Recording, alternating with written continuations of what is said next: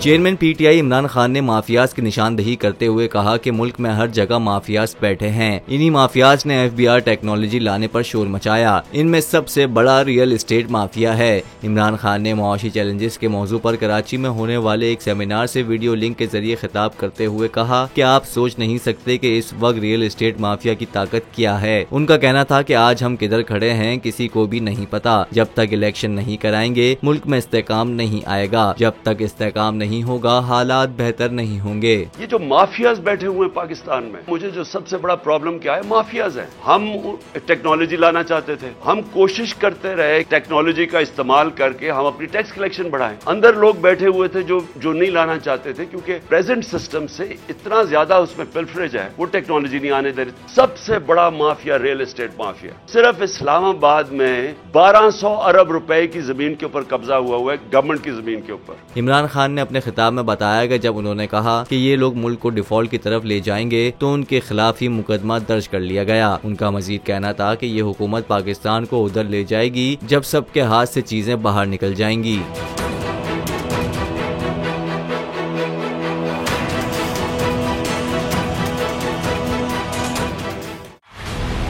बोल जो कि हकीकी सहाफत के सफर पे गामजन है, बोल ने बता दिया है कि किसी किस्म का कोई दबाव बर्दाश्त नहीं किया जाएगा।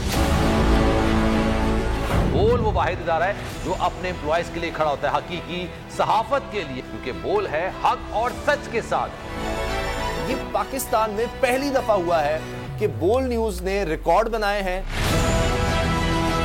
आज के दौर में, डिजिटल मीडिया के दौर में, आप किसके साइट को ब्लॉक करेंगे? इनका बस नहीं चल रहा कि हर उस आवाज को बंद कर दें जो सोच थोड़ी सी भी इख्तलाफ की गुंजाइश पैदा करने की कोशिश करे।